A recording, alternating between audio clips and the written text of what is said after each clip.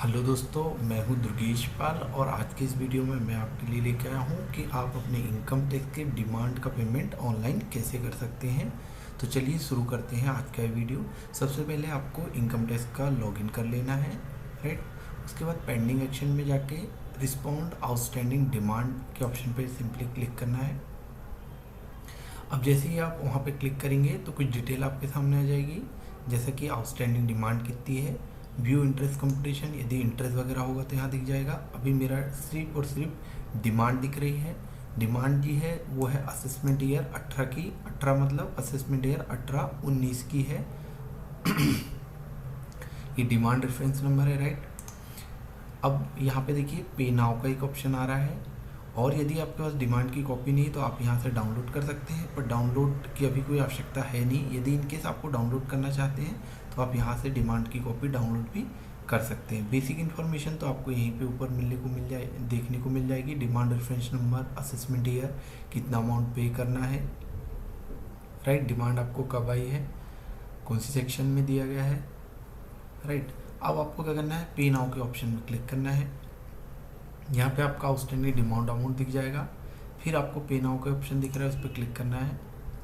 अब आपको यहाँ पे दो ऑप्शन यहाँ पे दिए गए हैं। Please select the bank for tax remittance. तो टैक्स पे करने के दो ऑप्शन है। पहला नेट बैंकिंग या इन सारी बैंकों के माध्यम से आप पे कर सकते हैं, debit card, payment gateway, NEFT, RTGS. Other bank में bank of Baroda, HDFC, Punjab Sindh bank और स्टेट बैंक है। यदि आप यहाँ से क्लिक करके कंटिन्यू करेंगे तो डायरेक्टली पोर्टल में ही आपको फॉर्म आ जाएगा, यहीं से आपको फिल करना है और रीडायरेक्ट आपको डायरेक्टली पेमेंट होने का पोर्टल में ही करेगा। यदि आप ये ऑप्शन करते हैं तो एनएसडीएल की साइट में लेके जाएगा। तो मैं रिकमेंड करूँगा कि आप सेकंड ऑप्शन में जाएं, क्योंकि फर्स्ट ऑप्शन में आपको वेबसाइट अच्छे से चलती नहीं है तो पेमेंट करने में प्रॉब्लम आ सकती है। तो हम सेकंड ऑप्शन में जाएंगे, कंटिन्यू करेंगे तो रीडायरेक्ट करके हमको एनएसडीएल की वेबसाइट में लेके जाएगा। अब हमको चालान नंबर ITNS 280 सेलेक्ट करना है।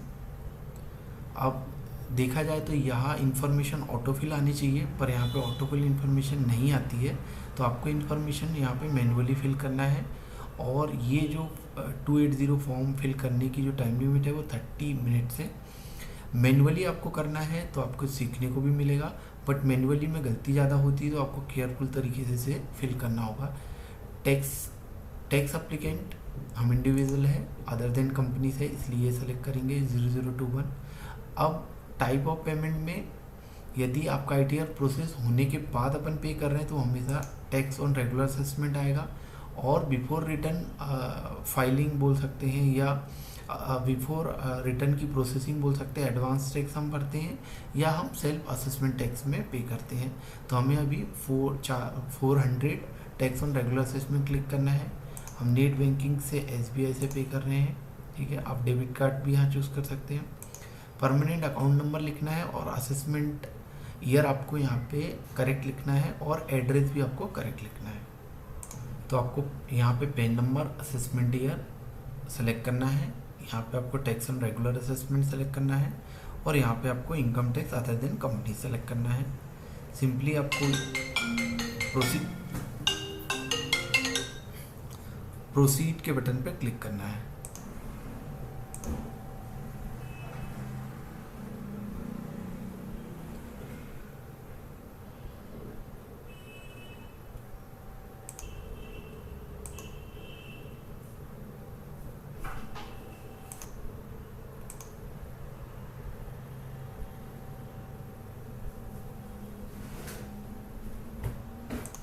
जैसे ही आप प्रोसीड करेंगे आपके सामने आपने जो इन्फॉर्मेशन फिल की है वो आ जाएंगे ड्राफ्ट फॉर्म में। अब आपको यहाँ पे लिखा है please confirm your information before proceeding. तो ये फॉर्म को प्रोसीड करने से पहले आप इन्फॉर्मेशन दोबारा से चेक कर लीजिए, मेक श्योर कि इन्फॉर्मेशन सही हो।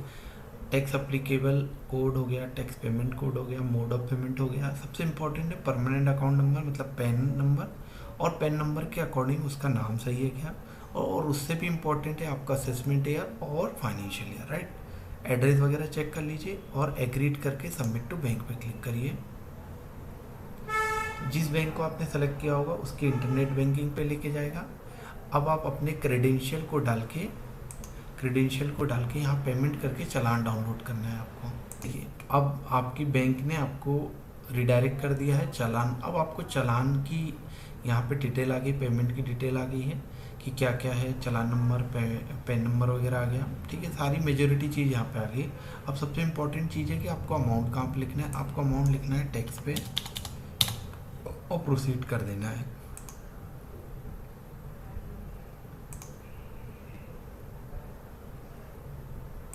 एक लास्ट मौका भी आपके पास होता है कि आप सारी डिटेल अच्छे से चेक कर लीजिए। एड्रेस हो गया, असेसमेंट ईयर हो गया, पेन नंबर हो गया, राइट। और अब आपको चेक करना है कि असेस माइनर हेड डिस्क्रिप्शन भी चेक करना है, टैक्स ऑन रेगुलर असेसमेंट में आया कि नहीं आया, राइट।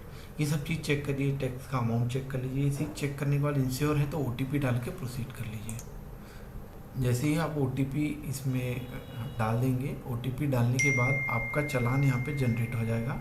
तो डाउनलोड PDF पे ज़रूर क्लिक कर लीजिएगा और इसे डाउनलोड कर लीजिए पहले तो, क्योंकि ये अटैचमेंट में भी आपको काम आने वाला है और इन्फॉर्मेशन भी इसी में दी हुई है, राइट।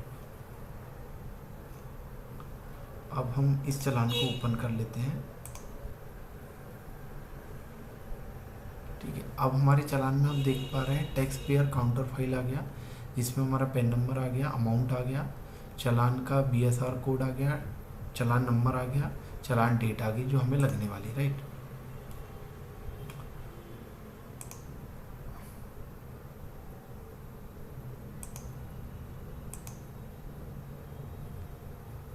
ओके, ये डिटेल आपके पास आ गई। अब आप सिंपली आपको क्या करना है, वापस से अपने इनकम टैक्स के डैशबोर्ड पे जाना है, सबमिट रिस्पॉन्स पे आपको क्लिक करनी है। अब देख लीजिए आपको यहाँ पे लिखा है respond to outstanding demand number लिखा हुआ है, जिसे DRN से हम जानते हैं, असेसमेंट ईयर लिखा हुआ है, आउटस्टैंडिंग अमाउंट लिखा हुआ है, सेक्शन कोड लिखा हुआ है, डिमांड किस दिन आई थी वो लिखा हुआ है, और रेक्टिफिकेशन राइट CPC के पास है। Response from assessee demand is correct हमें टिक करना है। आपके केस में यदि आपको पेमेंट नहीं करना है, डिमांड से इत्तेफाक नहीं रखते, तो डिसएग्री विद डिमांड करके आप अपनी जो भी इंफॉर्मेशन देना चाहते हैं इनकम टैक्स को, जो सपोर्टिंग देना चाहते हैं, डिसएग्री में क्लिक करके एट रीज़न आप कर सकते हैं।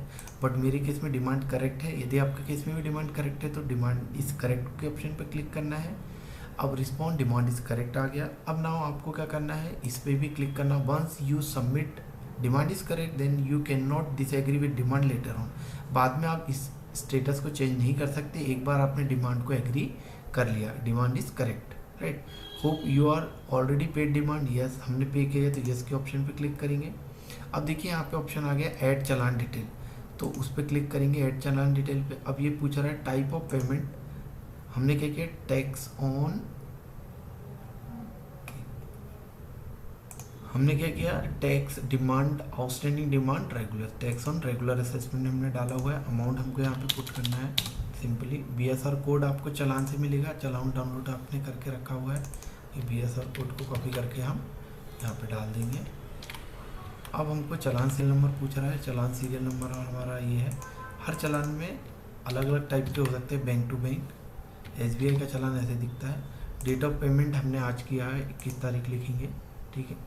रिमार्क में लिख देंगे हम demand is correct and we have paid the demand. अब आप चाहे तो यहाँ पे चालान की कॉपी अपलोड कर सकते, चाहना नहीं, यहाँ पे अपलोड करना मैंडेटरी है, तो आपको ये कॉपी भी अपलोड करनी है। तो चालान की कॉपी को आप कोई एक इम्पॉर्टेंट डॉक्यूमेंट होता है जिसको सेव करके आप रख लीजिए। पहले तो अटैच पे क्लिक करिए। अब जहाँ पे आपने ये चालान को सेव किया है वहाँ से इसको इंसर्ट कर दीजिए, ठीक है। चालान बहुत इंपॉर्टेंट है तो इसे डाउनलोड करके ज़रूर रख लीजिए। कुछ एरर आ रही है, इसको सॉल्व करते हैं।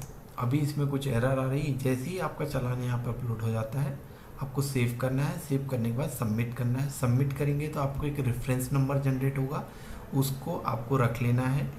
और कुछ टाइम के बाद आप देखेंगे आपकी आउटस्टैंडिंग डिमांड जहाँ पे दिख रही थी यहाँ पे वो नहीं दिखेगी। इनकेस 20-15 दिन के बाद भी डिमांड दिखती है तो आपको थोड़ा और वेट करना है। 30 डेज़ के बाद भी डिमांड दिखती है तो आप क्या करते हैं, ग्रेवेंस रेज कर सकते हैं यहाँ से, ठीक है। इनकम टैक्स CPC डिपार्टमेंट को यहाँ पे से आपको ग्रेवेंस, सबमिट ग्रेवेंस में जाना है और सेलेक्ट करना है ग्रेवेंस टाइप में CPC और टाइप वो पूछेगा सब्जेक्ट, तो आपको डिमांड सेलेक्ट करनी है और वहाँ पे आपके पॉइंट लिख के, चालान नंबर लिख के, डिमांड का नोटिस वगैरह का नंबर लिख के आप वहाँ पे ग्रेवेंस डाल सकते हैं। तो ये इशू आपका सॉल्व हो जाएगा। 99% 10 से 15 दिन में डिमांड यहाँ से हट जाना चाहिए और हट जाती है।